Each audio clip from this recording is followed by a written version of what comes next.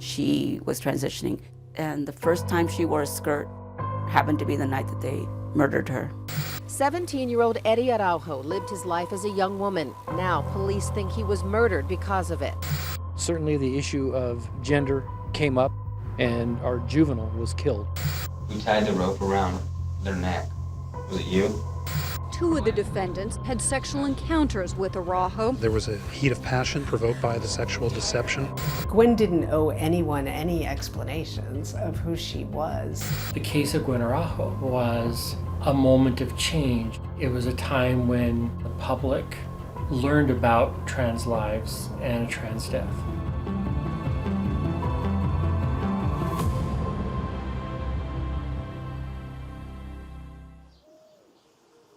I love this picture so much. So young, so innocent, so pure. Just a great loss. A great loss of a smart kid and beautiful soul that we only got to know for 17 years. She pretty much looked like this when they killed her.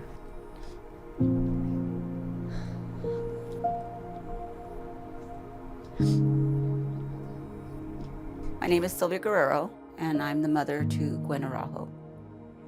I had a 2-in-1 child. I had Eddie from newborn to the age of 14, and then at 14, Eddie transitioned into Gwen until her death, which is only 3 years later. Baby Eddie was real sensitive, soft-spoken, just did a lot of little girly things more than a little boy would do. When we would play, we would always play fight. And Baby Eddie would say, come on, like, I'll be She-Ra and you could be He-Man. Baby Eddie always wanted to be the girl characters. Family and friends would always comment, you need to take him to a doctor because something's wrong with him. Obviously, there's nothing wrong health-wise with Eddie, other than Eddie was born in the wrong body. At 14, we did have a conversation.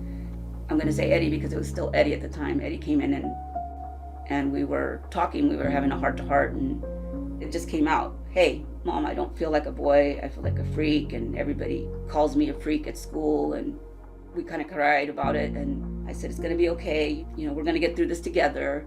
I love you, and this is how you were born, and we're going to deal with it. And it took time. It took time for us to adjust to her transitioning. His hair started growing out, and then he started dressing a little different, but he never dressed like a girl. Like, he didn't wear like skirts or anything like that. He wore hoodies and, you know, jeans. But when she did transition into Gwen, she was finally happy. She was looking more and more and more like Gwen and less and less like Eddie.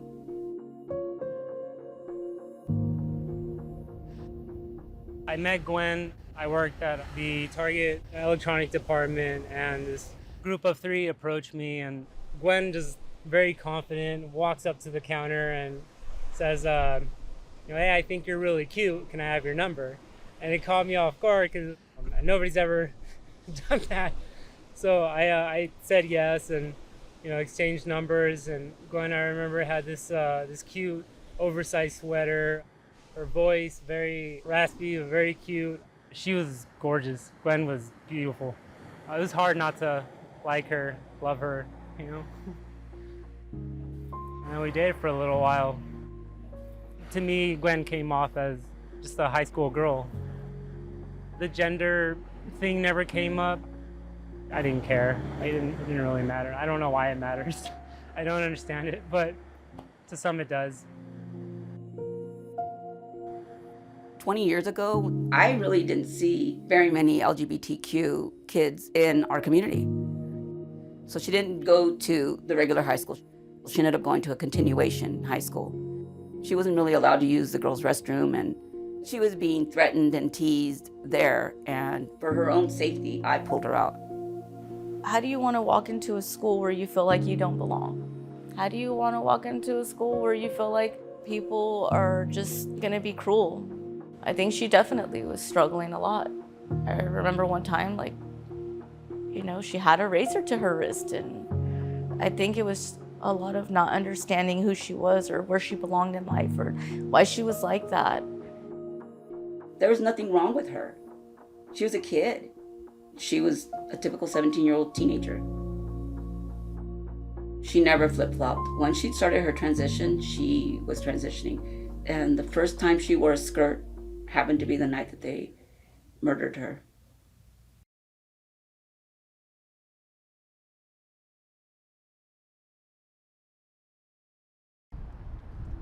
Prosecutors described the house where Gwen was killed as a party house. It was in Newark, which is between San Francisco and San Jose. 3 brothers lived in the Newark home, the Merrill brothers, and it was also a frequent hangout for a number of their friends. One of them was 19-year-old Jaren Neighbors.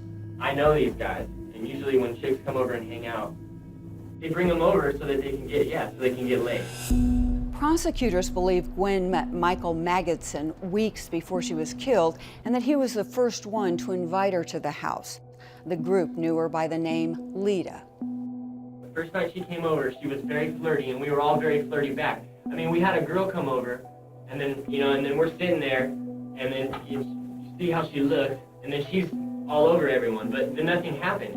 Eventually, though, there were intimate encounters. Over the next few weeks, at least 2 of the men had sexual relations with Gwen, Michael Magidson and Jose Merrill, the middle of the Merrill brothers. And while sexual, the encounters didn't reveal Gwen's biological gender. And there were questions, even speculation.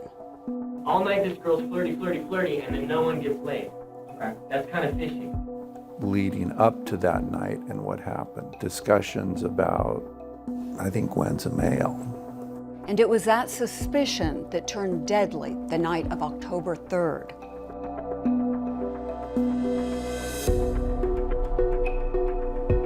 So October 3rd, there was a lot of stuff going on that week at home, and so I said to her, it's Thursday, and now you're going to a party, and she's like, but I'll be back, I'll be back, Mom, I promise. Eventually Gwen showed up that night because it was a party house. The others in the house that night decided that they were going to find out what the truth was that night. Jose Merrill was there that night with his friends, Michael Magidson and Jason Casares. All 3 were 22 years old. 19-year-old Jaren Neighbors was also there. In addition, there was Paul Merrill with his girlfriend, Nicole Brown, and Manny, the youngest of the Merrill brothers. Jaren says the group was gathered around the kitchen table playing dominoes when they confronted Gwen. When we started playing dominoes, that's when the conversation got going about, are you a man? Calling her out, literally calling her out. The conversation got intense, and the men demanded Gwen remove her underwear. Nicole says Michael volunteered to go to the bathroom with Gwen to check in private. Mike had her in the bathroom for at least 30 to 45 minutes. During that time, I'm sitting out there with them, and that's when they were all coming to me. What do you think? Do you think this is a man? And I said, okay, well, you guys tell me why you think this is a man. And they started going, we have many reasons. First reason, I had sex with her in the butt, and she wouldn't let me touch here. I haven't touched her boobies, nothing. Second of all, someone said, I kissed her. If this is a man, I'm gonna be grossed out. That's about, no talking about death or nothing, I'm just gonna be grossed out. And I said, yeah, I'm gonna be in shock myself, because I really think this is a woman. They kept saying, you're a female, you should go check. So finally, I just got fed up, and I said, fine, I'll go do it. I knock on the door. I go, can I come in? So they let me in, and I look her in her eye. I said, are you a man? She just looks down. I said, I got it. And I took my hands and I spread her legs as hard as I could, and I went like this and I grabbed the package. Then Nicole came out of the bathroom first, screaming, and then goes into Paul's room. In covering the trial, it struck me how many different points in time prosecutors say Gwen was attacked. The first time was when she emerged from the bathroom, and witnesses say Michael punched her, actually knocking her to the ground. At first, they didn't even do anything. She was just sitting in the bathroom the whole time. They were all in shock. When she came from the bathroom, that's when Mike attacked her. And they tussled her down the ground and lifted her legs up and pulled the underwear over. And that's when we knew for sure. After that, it appears that he, Jaren, and Jason went outside. Nicole and Jose stayed in the house with Gwen. Jose was just in there tripping out, So I stopped him in the hallway, I put my arms on his shoulder, I said, Jose, it's gonna be okay, you did not know this was a man. Jose became an emotional wreck, yelling, screaming about, does this mean I'm gay? Because Jose had had some sexual relations with Gwen. I always believed that Jose had fallen in love with Gwen, and that he believed that Gwen was biologically a female. So I'm sitting there like, you need to calm down. And I said, we should let this person go. So I looked in the bathroom and I said, Lita, I think you should go now. And she jumped off the counter and she walked out the house. And then I'm looking at Jose and I looked over and here's Lita walking right back in the house. I'm all, what the hell? And then here comes the boys, Jason, Jaron, and Mike. They were right behind her. She tried to get to a phone to call me, and it was taken from her each time. And then she tried to escape from that house several times, and each time was pulled back in. Jose's younger brother, Manny, testified that he also tried to get Gwen out of the house, but Jaron and Michael stopped him. Witnesses testified that she pleaded for her life, saying, please don't, I have a family. There was more violence when the men took Gwen into the living room. Jose went into the kitchen, got a frying pan and strike Gwen in the head, and then run back and grab the next thing he could lay his hands on, a can of food, struck Gwen in the head with it. Right before this happened, Nicole says she went to get her boyfriend, Paul, who left the kitchen when the conversation first got confrontational. I came back out and this was at the time where I seen Lita not in sight at all. Mike had blood all over his hand.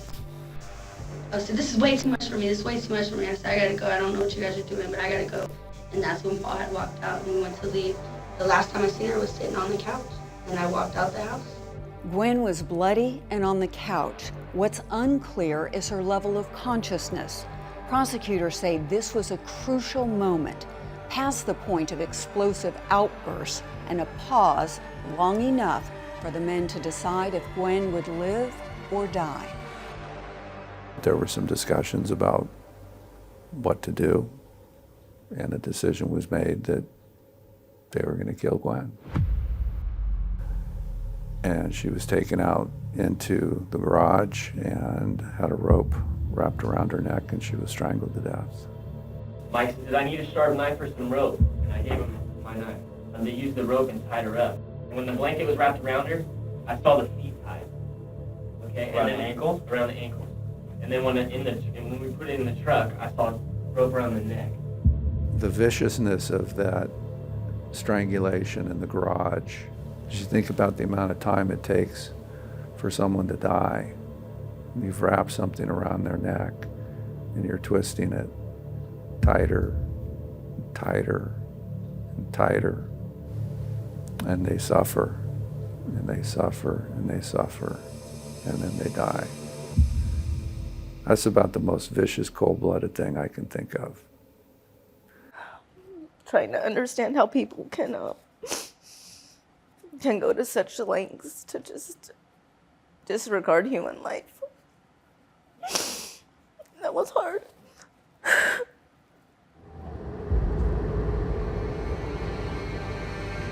The four men then drove Gwen's body to the Sierra, a 4-hour drive to El Dorado County, where they buried her. They, of course, made their pact. Nobody says anything. We take this to our graves.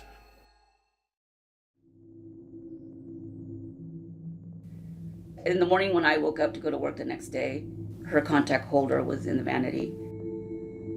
So that right there triggered something horrible in my stomach and my mind. My mom called me in a panic. She's like, I have a horrible feeling. I said, okay, Mom, call the cops. I started to panic. So I started calling hospitals and morgues. Sunday is when they reported her as a missing person. So I knew in my heart and soul that my daughter was gone. A week goes by, Gwen is missing. No one has come forward with any information. It appears basically police have nothing to go on. But then they got the break they needed. Gwen's body never, ever would have been discovered but for one of the participants, Jaron Neighbors, telling a friend of his. Rumors were circulating about a murder, and the chatter linked back to Jaron. Police got Jaron's friend to wear a wire and record Jaron talking about the murder. They arrested Jaron. He admitted his involvement and talked about what happened that night, and ultimately the dominoes fell. After Jaron confessed, he took investigators to the gravesite, where officers found Gwen's body. The police officer drove up to my house. I could see through the blinds, and I knew instantly they were coming to tell me they found her body. I fell to my knees and I just cried because I already knew, and they said that they found her body. And all I could think of was I needed to get to my mom. From Jaron, police learned who else was there the night Gwen was killed and started bringing them in for questioning. Who tied the rope around their neck? Was it you? Mike?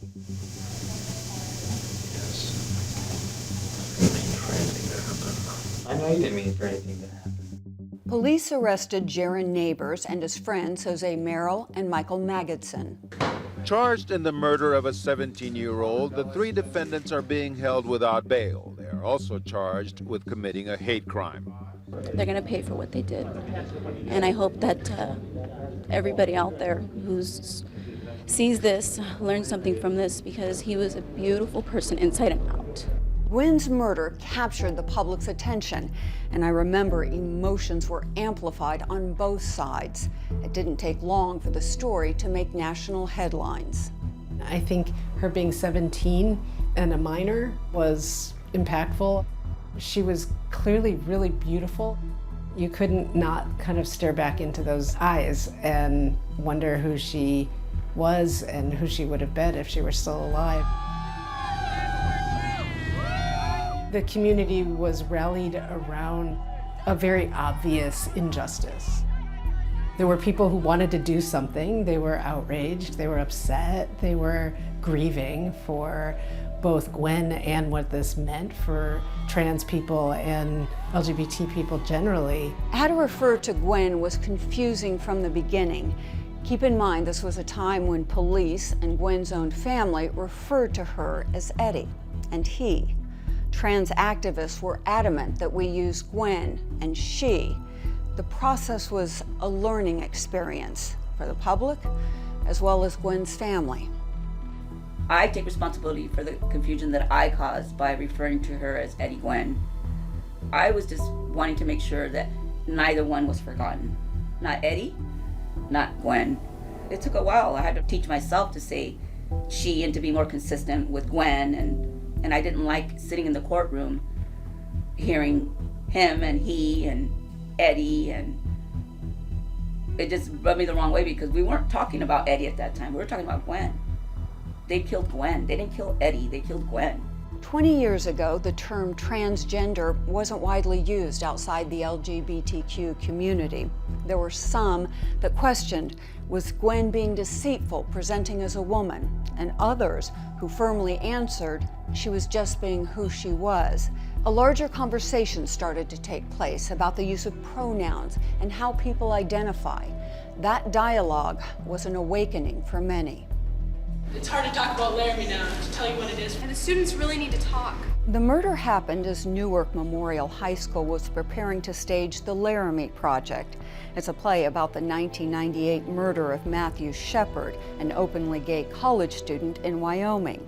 And people started drawing parallels between what happened in Laramie, Wyoming, and Newark, California. We're feeling what they felt, and we're going through the same things as them. I'm having to deal with this terrible murder of Eddie, and to try to come to terms with that it really did happen here in my community is very difficult for me. As the murder and the play got more coverage, a Kansas fundamentalist preacher announced that he planned to picket not just the play, but Gwen's funeral. Reverend Phelps and his followers used predictable tactics, hate speech towards gay and transgender individuals. Eddie lived the life of an unrepentant, homosexual sinner. There's a lot of hurtful things that are being said about him, and that he's gonna burn in hell, and that, you know, they're gonna protest the funeral. That really hurts me, you know what? His life was hard enough already. Amid the turmoil, famed women's rights attorney Gloria Allred came to represent the family. There could be no justification, no excuse for this kind of violence against this child. In the end, Reverend Phelps did not show up to the funeral, but anti-gay and anti-trans demonstrators did. If you live that way, you live that life, you die unrepentant, you go to hell. That crazy Reverend Phelps that had come to protest the Laramie Project play at the high school, well, he ended up at my doorstep the day before the funeral. The flowers that came from his Westboro church in Kansas. So there was a bomb threat, so they took that arrangement out to the back of the parking lot. The funeral proceeded as planned. If anything, that uninvited sideshow seemed to strengthen the solidarity of hundreds of supporters. Let's release the butterflies. I released 17 monarch butterflies the day of her funeral, one for each year of her life. 3 weeks after the funeral, police arrested a fourth suspect for Gwen's murder, Jason Cazares. Look me right in the eye. Look me in the eye. So you all look me in the eye. Seriously. No, not seriously. I know that you were there when you heard that, when they started questioning him about his sexuality and what sex he was. Can't say nothing. You know what? I don't know.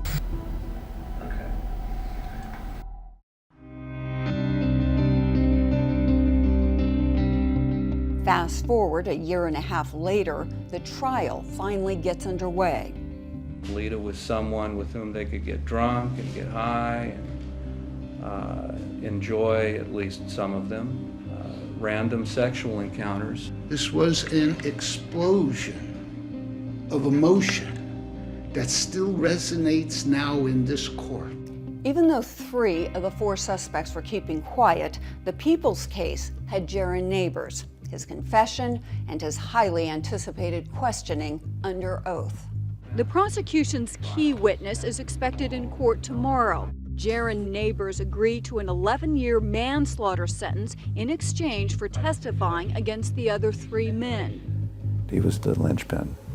He was a co-participant, but he was the only person that could give us everything from start to finish. The trial was agonizing for the family.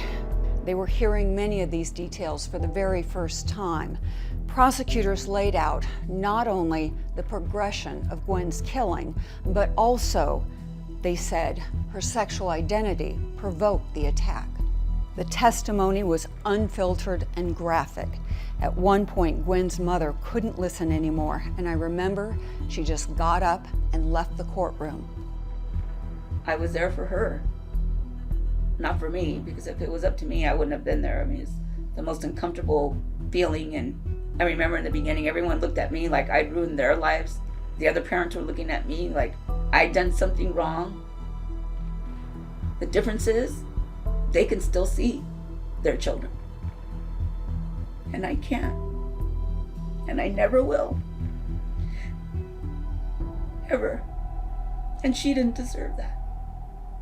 During the trial, defense attorneys seized on Jose's reaction when he learned that Gwen had male genitalia and started questioning if he was gay. They used that to explain why the men responded with violence. He was scared because, am I gay? Am I humiliated?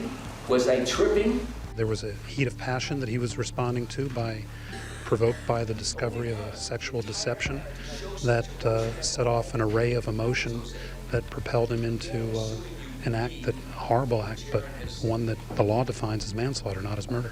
They claimed the gay panic defense, that they panicked when they discovered that she was anatomically still a male, and Nicole Brown came out running, "It's an effing man, it's an effing man," and that's when everything started. So you blame my daughter because she's born this way? Michael's defense was essentially, my client was forced to engage in what was not a true consensual sexual act, and that once he learned that, he snapped, and he had that state of mind that exists when you have a provocation such that the ordinarily reasonable person of average disposition might tend to act rashly and violently. While defense attorneys maintained that their clients had been tricked, Gwen's mom and sister had explained that at this point, Gwen had been identifying and living as a woman for 3 years. Gwen didn't owe anyone any explanations of who she was and did not deserve to be put in that level of danger because she didn't reveal to somebody that she was trans. When you have the California criminal justice system allowing murderers of LGBTQ people to come into court and say, sorry, I'm just really homophobic or I'm really transphobic and I freaked out, that completely devalues our lives. These right here are my notebooks from the trial. I actually keep my reporter notebooks next to my computer to this day. I still look up at them on a regular basis and I think about the experiences of being at that trial. It was so intense and painful.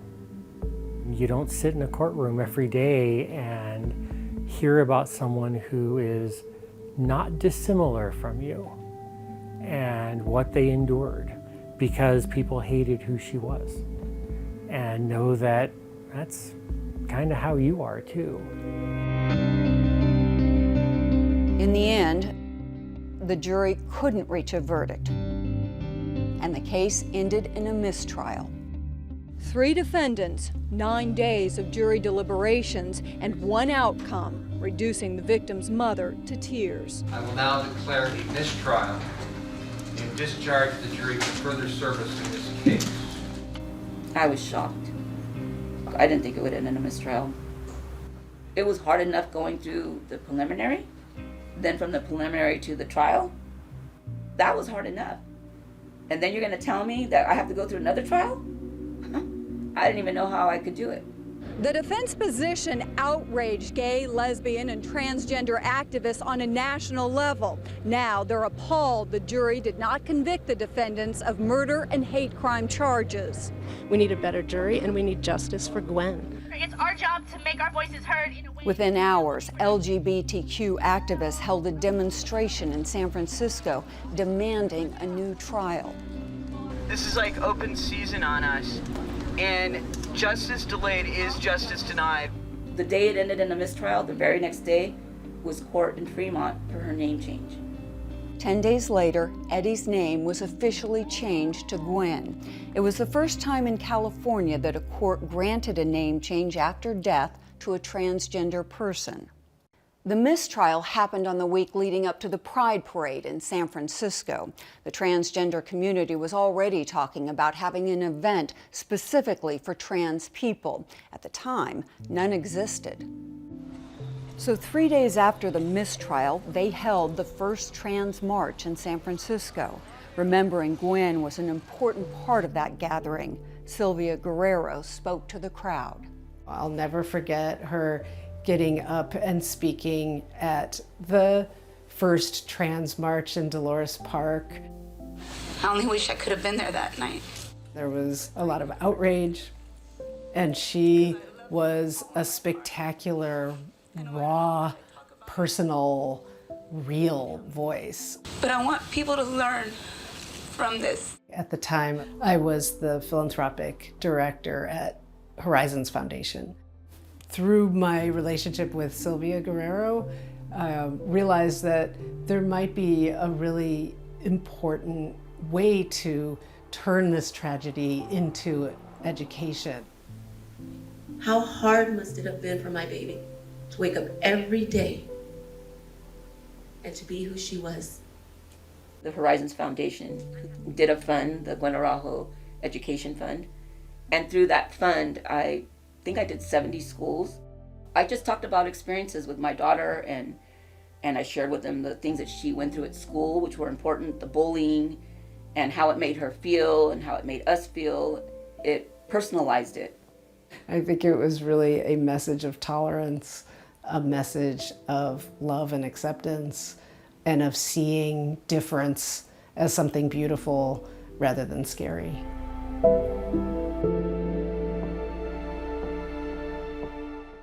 And you will render a true verdict according only to the evidence. A second trial began nearly a year later.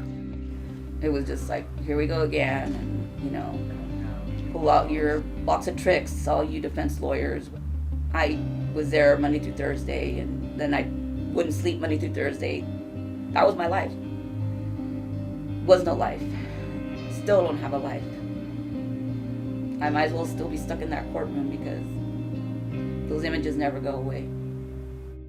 There was a significant difference in the second trial. Because of the legal name change, the lawyers and the media referred to the victim as Gwen, not Eddie. The prosecutor also worried the first jury may have got caught up in the first-degree murder charge, resulting in a hung jury. So this time, he gave the jury an out. During the closing argument, I told the jury, look, if you find yourself in a position where you can't decide whether this is first or second degree murder, but you believe that it's murder, don't hang between first and second. Just come back with a second degree murder conviction. We, the jury, in the above entitled cause, find the defendant, Jose A. Merrill, guilty. The jury found both Jose Merrill and Michael Magidson guilty of second-degree murder. The jury deadlocked on Jason Cazares. His attorney later negotiated a manslaughter charge to avoid yet a third trial. None of the men were convicted of a hate crime. Gwen's family talked about their pain at the sentencing. My sons have been most impacted by this. It hurts me that their mommy hasn't been there for them as much as I should have. But if I haven't been sick or depressed or busy with the trial, I've been too tired to be much fun. There are days we can't sleep or get out of bed because we were crying all night, remembering her last moments and words. Please don't, I have a family. As Jose listened to Gwen's family, he cried. And when he got his chance to speak, he showed remorse. From the bottom of my heart, I'm sincerely and truly sorry. I wish I could go back to that horrible day and erase it. The apology was in sharp contrast to what Michael had to say about the verdict. This case was based entirely on lies. Lies by the witnesses, lies by my co-defendants, and worst of all, these lies were encouraged by the prosecutor. I received nothing remotely close to a fair and unbiased trial. The sentence for Michael Magidson and Jose Merrill were 15 years to life. Jason Cazares received 6 years in prison. Jaron Neighbors got 11 years. Gwen's murder had a lasting impact in so many ways. Personally, of course, for everyone involved in the case, but also for future legal cases.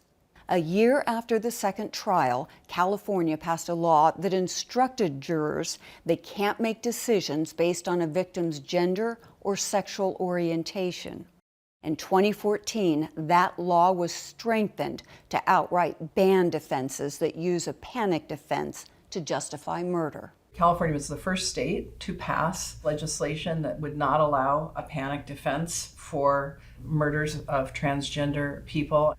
The fact that you could use a defense to say, I was in a panic, I was surprised, and therefore it shouldn't be treated as a murder, just as manslaughter.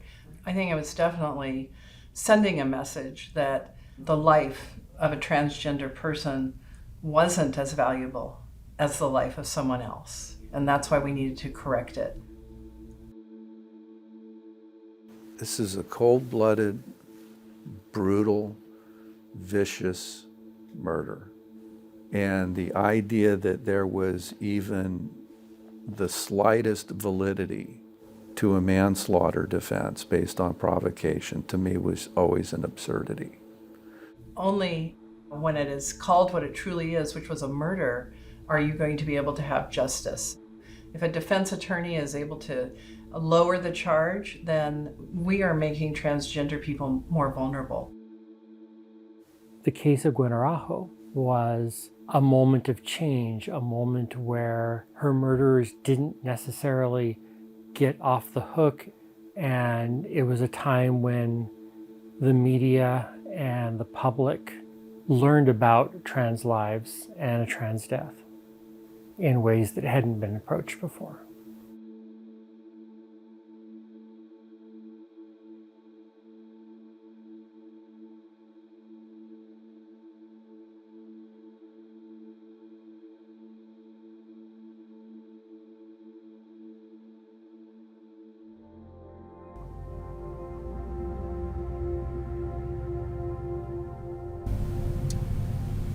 I'm doing a lifetime sentence to this day. Took away my career. It changed my family life with my children.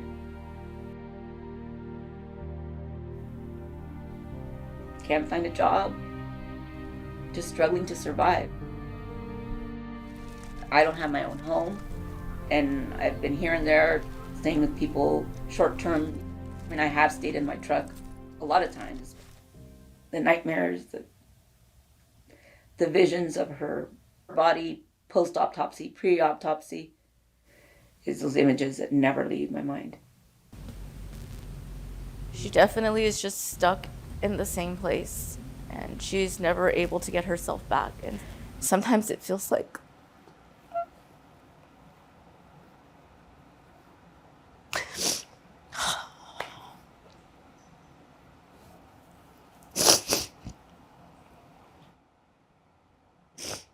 I know it feels like we lost her mom.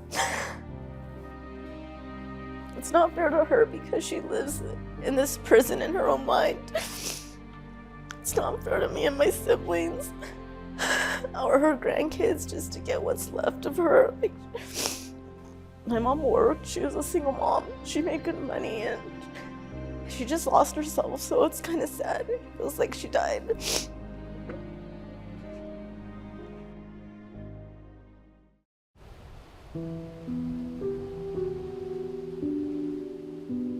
After Gwen's death, I went deep into the closet. I joined the military. I wanted to be the man that my dad wanted me to be, you know? And when the emotional, the mental pain, the gender dysphoria, the falseness, the false me, I just couldn't take it anymore. And I had to come out. The fear of losing friends was great. The fear of losing family was huge. To me, this is a place where I connect with nature, with energy. When I'm here, it kind of feels like a mother's love. And this is where I find Gwen. I never felt like Gwen left me. Physically, yeah, but I never felt that her spirit left me. And this is somewhere where I come to talk to her. I came out as trans in June 2016. Started up on hormones. It's not easy not being who you are, especially being queer and holding that in is a very difficult thing. Gwen's family being so accepting from the start was, I wish all parents could be that way. You know, my parents were accepting, they're still struggling with it, but I wish all parents could be, all family could be as accepting as Gwen's family. We need that. There's still people that are being murdered for being who they are, and in brutal manners. They're tortured, and they go through a lot of pain in their death, and it's just really sad because they go through a lot of pain in their life. A death investigation from earlier this week was a horrific murder. The transgender woman's body was found in the Schuylkill River, badly mutilated. 33-year-old Vicky Ramos Gutierrez died in a fire Wednesday morning around 3 a.m. Investigators say he admitted stabbing Gutierrez and then setting the apartment on fire. For somebody to stab you and do the things that happened to her, you know it's fueled by hate. How many of us need to be murdered? How many of us need to hang ourselves, slit our wrists? Because we don't have the community, we don't feel like we belong, we don't think we exist. I'm Gwendolyn Smith. I've been a transgender activist for about 30 years. Founded the Remembering Our Dead website, which later became part of the International Transgender Day of Remembrance. I started chronicling anti-transgender violence, primarily because nobody else seemed to be doing it. We were failing to note our deaths, and we were seeing these cases just endlessly repeat. Trans women, and particularly trans women of color, are being brutally murdered throughout this country and throughout the world. Few people know their names, and their communities suffer in silence. And that's why we have the Trans Day of Remembrance every year, so we can at least say their names, at least give them that honor and respect.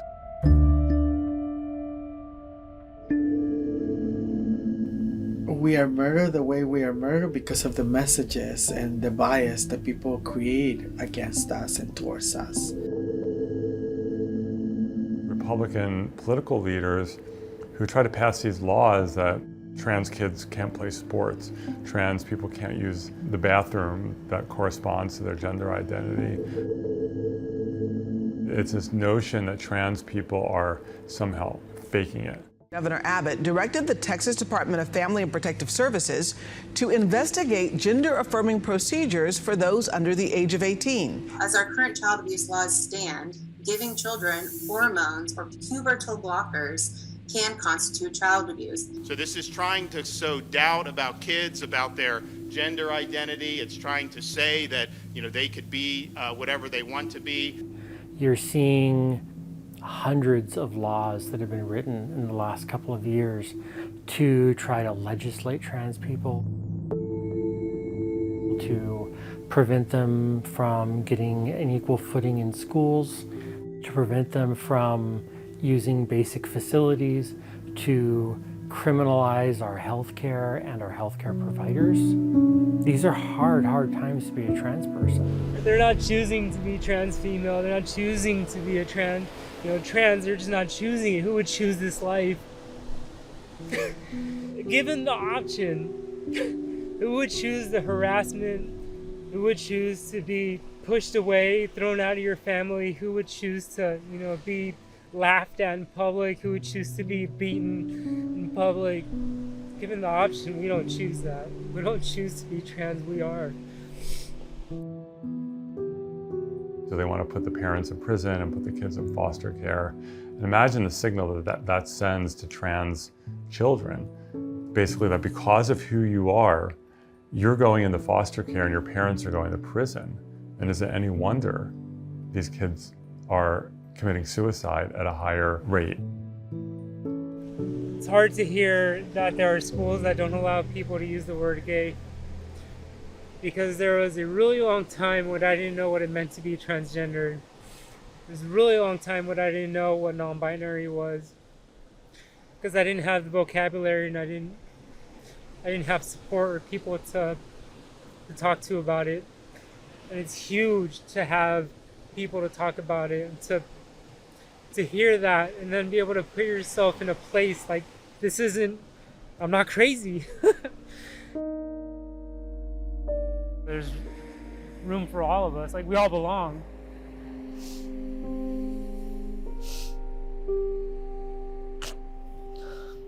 Like we exist. There's a place in this world for us too.